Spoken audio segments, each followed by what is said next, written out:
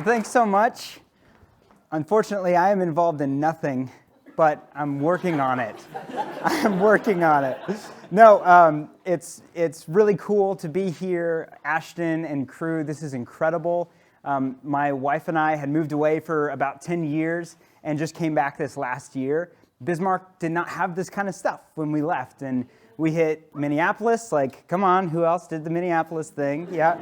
So we did Minneapolis, we were in Denver, we were in Sioux Falls, and all of these places had really cool communities and really cool things for makers and creators and writers and all this stuff. And, you know, coming home was never something I was super excited about because I felt like coming back here was coming to a place that I wouldn't really have this kind of community. And now look at what is here. So I think that's clappable. So.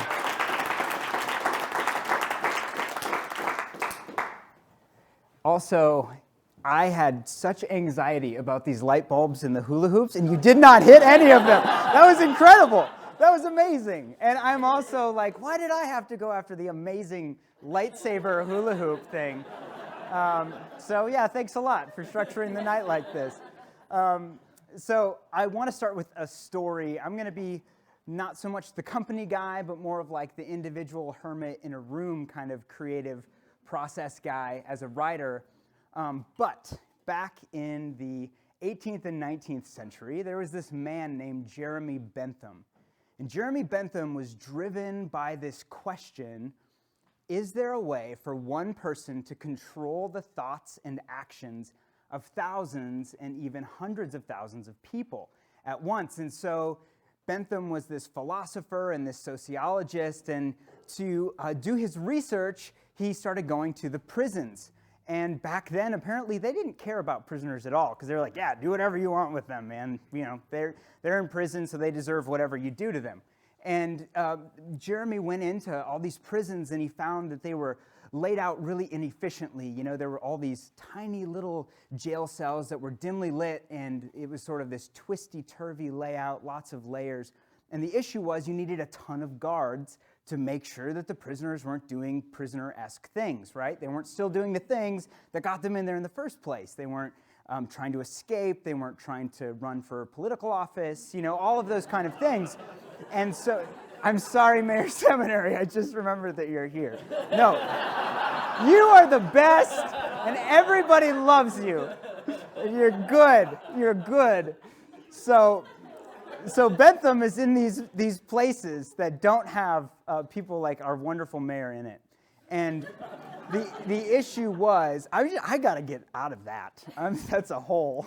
We're going to get stuck in that one. So Jeremy Bentham figures out, you know what? Instead of trying to get more guards, I have this idea that I'm going to completely redesign the jail. And he built this jail called the Panopticon. I know, this is very interesting and riveting. Stay with me. He built this thing called the Panopticon. And what this was, is it was this giant, like, round dome setup. And then all of the jail cells, instead of being in all these little rows in these dark little hallways, they were all lined around in a circle. And instead of all these different guards, there was one person called the watchman who stood in the center and who could turn around at any time and see any of the prisoners and see if they were misbehaving. So suddenly, all of these prisoners who used to be surveyed by scores of guards, by one person standing in the middle, he could control all of their behavior because they never knew if they were being watched or not. Later on, we would know this would become called the Hawthorne effect, which means people change their behavior when they think that they're being watched. And this sort of impulse to control people propelled Jeremy Bentham to his next thing that he did, which he had this friend named John Mill. John's wife was pregnant, and he said, John, I have this great idea. I just did this prison thing with all these guys. I want to talk about your baby. And John was like, okay, Jeremy. So not great, probably not great discernment on that guy's part, but he's like, let's talk about my baby. What do you want? And Jeremy said, I want to raise him as a genius and as a prodigy because I think he can change civilization. John was like, I'm in. And I'm totally going to be like, Bill, my kid is better than your kid. So So they start raising this child, and his name was John Stuart Mill. And some of you might know he was the father of utilitarianism. He was born in 1806. And by the time he was 3 years old, this process that Bentham had devised for raising this kid, by the time he was 3 years old, homie could read and write in Greek. Yeah. By the time he was 8, he could read and write in Latin. He was teaching the classics. He was talking about guys like Eusebius and all these things that are just too many syllables for a child that old. And he also became the schoolmaster of his brothers and sisters. He, in like high school, basically he would have been like a rocket. So he would have been like Elon Musk at like 16 back in those days, right? But see, the thing about John Stuart Mill is while he was super smart, while he was this wicked genius, Jeremy Bentham and his dad had decided he's going to have no contact with any other children because of this association effect. We want to tightly control every single person who is going to influence him, so he's only going to read these things. He's only going to be around these people. He didn't even get to hang out with his mom or his brothers and his sisters. He didn't have any friends. And so John Stuart Mill, though he was a genius, by the time he was 20 years old, found himself on the brink of suicide. Because he had this moment where he had worked his whole life, where he had invested so much into his mind, but he had never made that transition of connecting his head with his heart, and he had no meaning and no purpose. And he wrote in his journal, "I'm consigned to forever be unhappy." And he saw no path to happiness. No matter how much he worked, no matter how much he learned, he felt like a dead man walking. And so he thought, well, that's my end. 20 years old. He's on the brink of suicide until one night he discovers a book, a different kind of book than he had ever encountered before, because in this book, written by William Wordsworth, was poetry. Specifically a poetry, or a poem rather, called The Prelude, or The Prelude, if you're like some of my college professors who spent a lot of money and I'm still paying them. Funny how that works. Hey, but I'm here, so he reads The Prelude, and it saves him.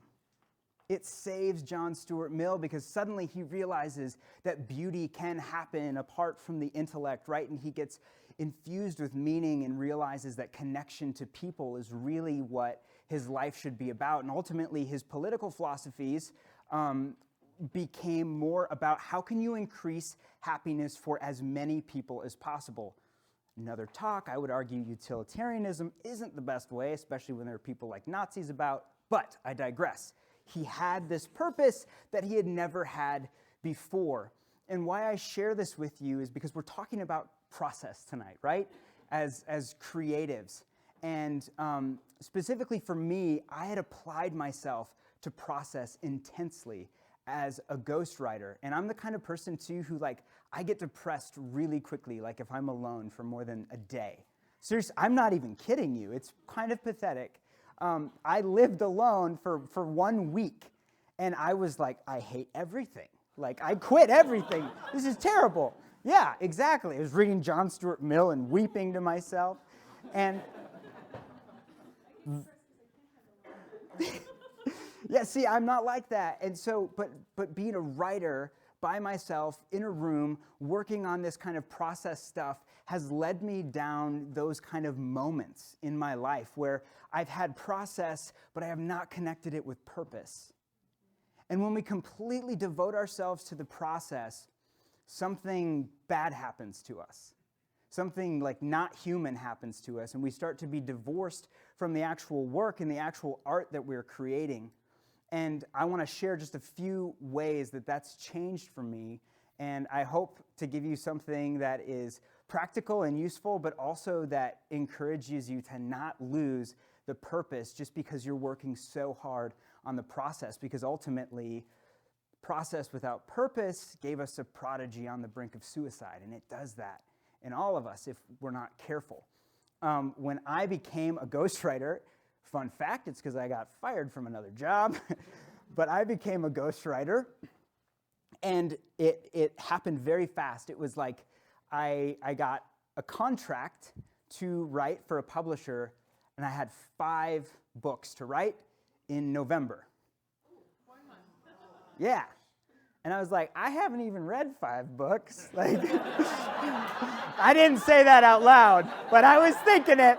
I was like, Sam, I am. Okay, hop on pop. Like, so I had some great opening lines, lots of inspiration. And, but I got to this place where, like, here's the thing, you guys. I had never been a process guy. Like, I've always just been kind of floaty and fun. I would love to hula hoop. That sounds amazing and looks fun. So I've always been that guy. But the problem is that even if you don't think you're a process person, like, you have a process. It just either works or it doesn't work. So you have a process right now. It's just how effective is it? That's the question. Because before my process, the one I was walking into this ghostwriting gig with, was I would start a new project, and I would be super excited about it. It's the best work I've ever done. And then I would share it with all of these people, like email it out and just ask for feedback and be so proud of it. And then I'd start working on it. I wouldn't hear back from someone and be like, they hate me, you know, and just would start getting in my head. And then I realized, like, this project that I was so excited about, it's like, God, this is getting really hard and kind of boring now. Oh man, it's actually not as good as I thought it was. And then I was like, oh, everybody hates me and I'm gonna die alone. Like, that's sort of like the trajectory that I took again and again and again. I would start so strong, but like, I would never finish anything. Like, I never actually finished anything and shipped it out. And the problem was, that was my broken process entering. I have 5 books to write in a single month, and like, I've literally never finished anything of any length, and these are books which I'm told are long.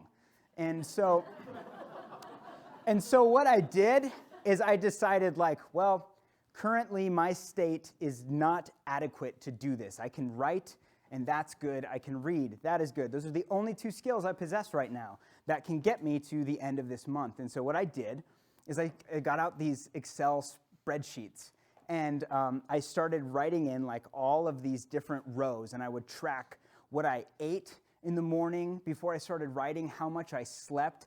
I found that, like, when I ate apples, I would have a higher word count, so I was like, freaking apples. Like, just people were like, do you have horses? It's like, no, I'm a writer. Like, we eat apples. Don't you know that writers eat apples? Freaking, that's how Hemingway did it. Yeah. So I'm just writing away, eating apples, sticky keyboard, not a good idea. And I'm tracking, okay, I'm writing in these sprints, right? And I'm tracking, I got this many words, and I need to do this many more by the end of the day. And like, I'm starting to sort of build these skills, and I'm starting to figure it out. And there were like 3 main things I figured out, but I'm going to wait to tell you until the end, so you keep listening. Yeah. See, I learned a thing or two.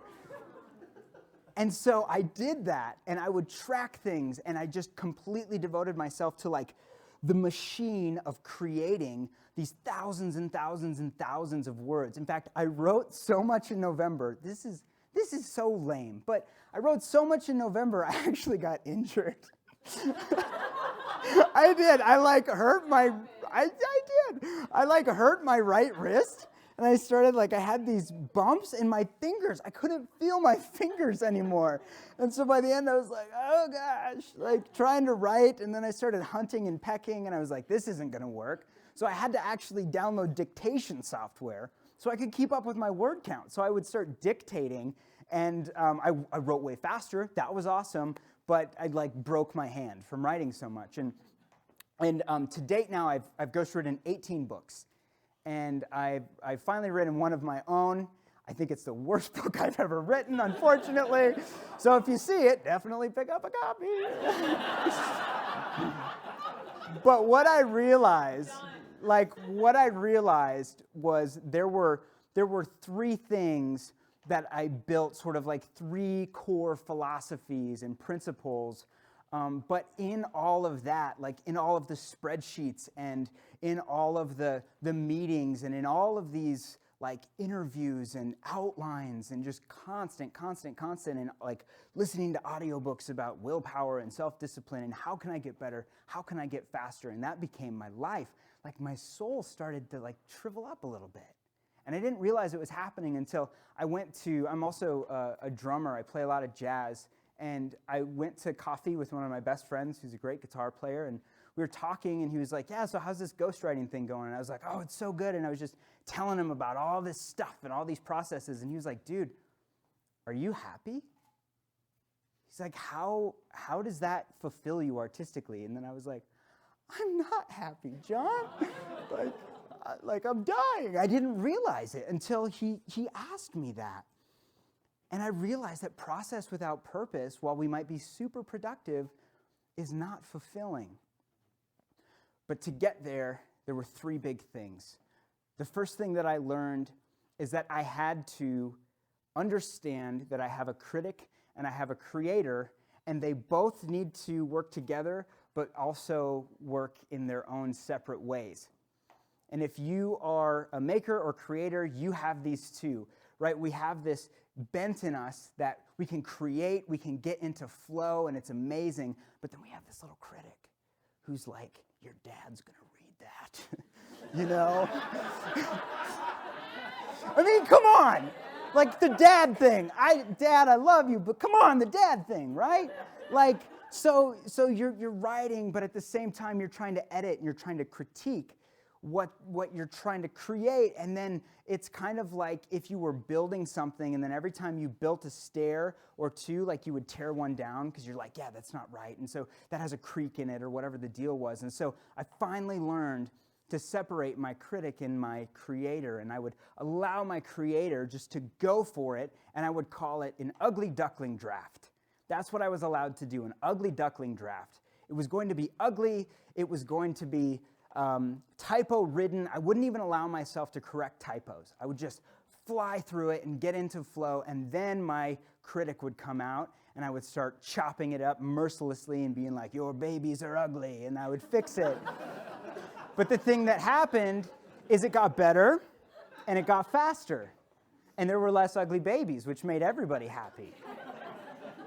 But you would also find those occasional gems, and you're just kind of like sitting in a room, and you read something you wrote, and you're like, I wrote that, Mom. And yeah, like giving myself high fives. So I separated the critic and the creator, and I got faster and I got better. And then the next thing I learned is that I'm building decks, not writing books. I'm not a handy person. This did not come naturally to me. But, like, seriously, changing a light bulb is like, yeah, I did some construction today. So I decided that I'm building decks, not writing books. Here's what I mean. There's like this romantic impulse in creatives where it's like the process is sort of shrouded in ministry. Like if it was a movie, Johnny Depp would be in it, like in some kind of cabin in the woods, like, you know, doing all these artsy things, like wearing handkerchiefs, and like, note, get more handkerchiefs. Like, so that's sort of the romantic impulse that, you know, you have in your head, that it's supposed to be this amazingly profound process. But I realized, I was like, this is my job. Like, I can't just wake up in the morning and be like, well, I wonder if the muse is going to strike today. Like, this is how my family eats, and my wife doesn't like ramen very much. So, like, I got to do it. Like, I got to write books. And so what I realized is, it's a lot like building a deck. Like, so I imagine if I built decks. So you get your blueprint, right? And you decide like, okay, this is how big the thing needs to be. There's going to be boards and other deck kind of things. And then you come, and because of that, I imagine these construction workers, they know I need this tool and this thing. So they have all these things that they need. And as a writer and as a creative of any kind, there are different skills that we have, right? So as a writer, I'll get super nerdy here really quick. I realized, like, okay, if I'm writing for this person who is a politician, true story, good guy, kind of. So politician, and I know that he's writing for super busy people.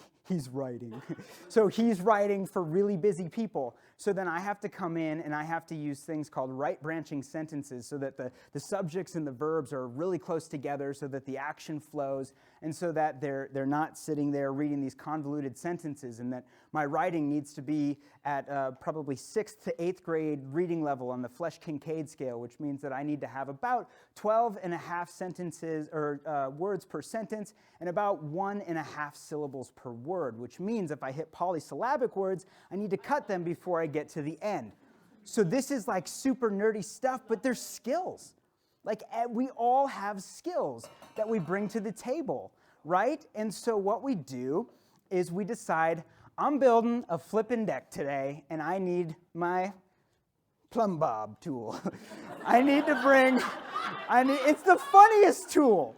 It is the funniest tool name. So like you bring the right tool set for the job. You're building a deck, and then you've separated your critic and your creator, which means you rough it out via the blueprint, and then you come in and you're like, okay, there were too many boards here. I got to take them out.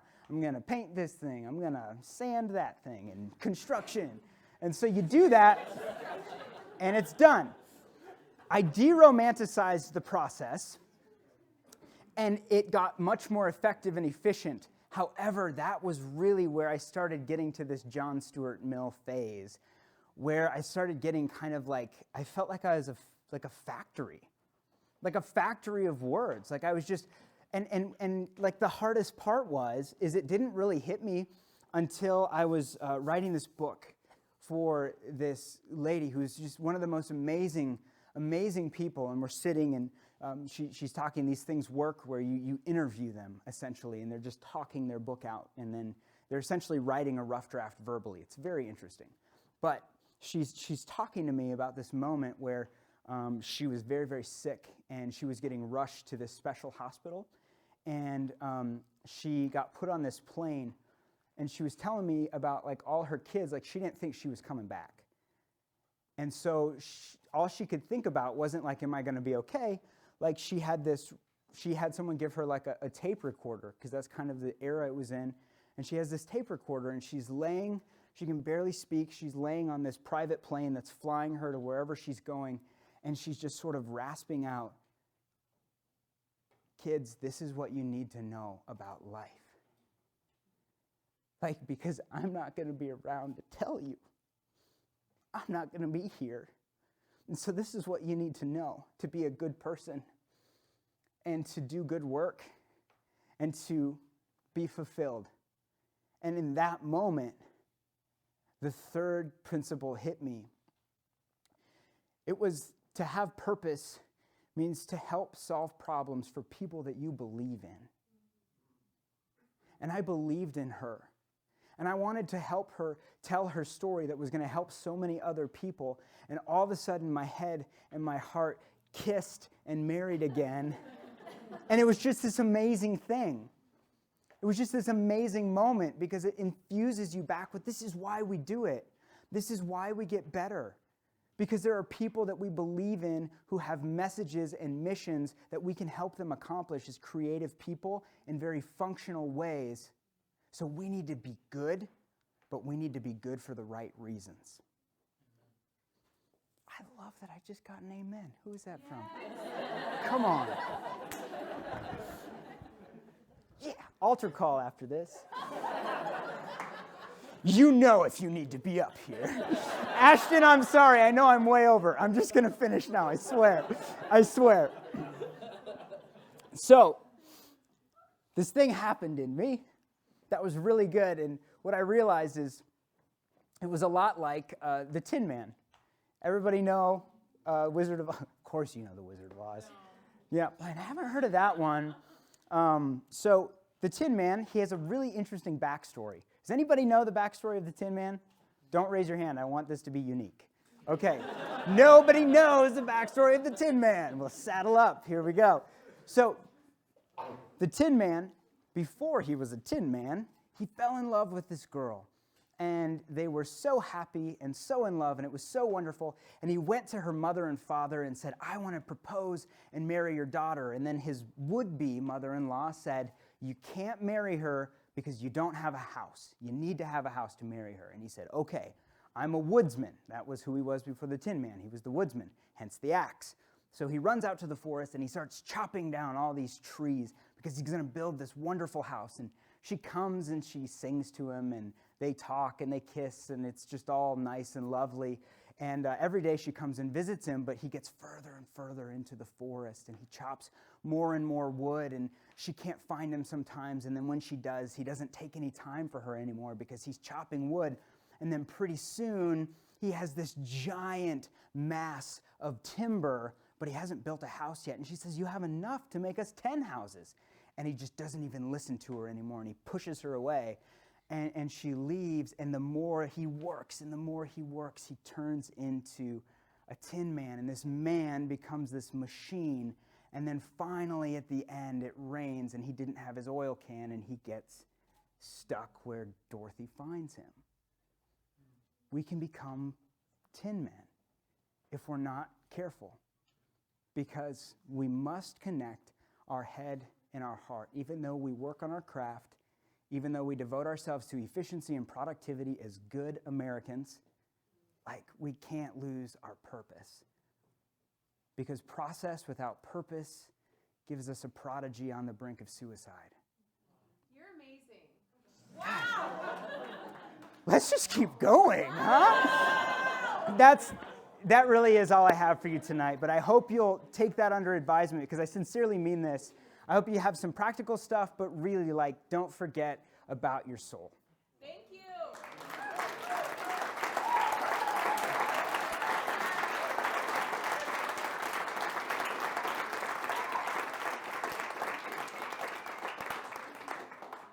Any questions? We have time for 2. 2 questions. I'm sorry, Ashton.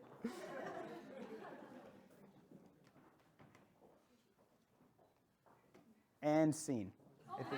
Oh, we have a question? Okay. Have you ever had a time where it was really hard to find the purpose, and what did you do to help find? Because when you're ghostwriting, sometimes you get assigned, you do the work, and it's really hard to find the purpose. But how do you find it when you can't exactly? For me, it was people. It sounds super cliche, but that's all there is. It's kind of why did you move back home for a girl? That's how it works. And it's when I was listening to that woman's story, what I realized is people are stories in some sense. Everyone has a story, and everyone's story is sacred. And I wasn't treating them like that. I was treating them like products almost. I'm going to just take your story and I'm going to outline it perfectly, and it's going to produce this kind of affect in your target reader. And I had really distilled people down to their bare components and forgotten about how sacred people's stories are. And then that connected me with really the whole point, the way I can be valuable is help people I believe in solve real problems so they can do what they're called to do.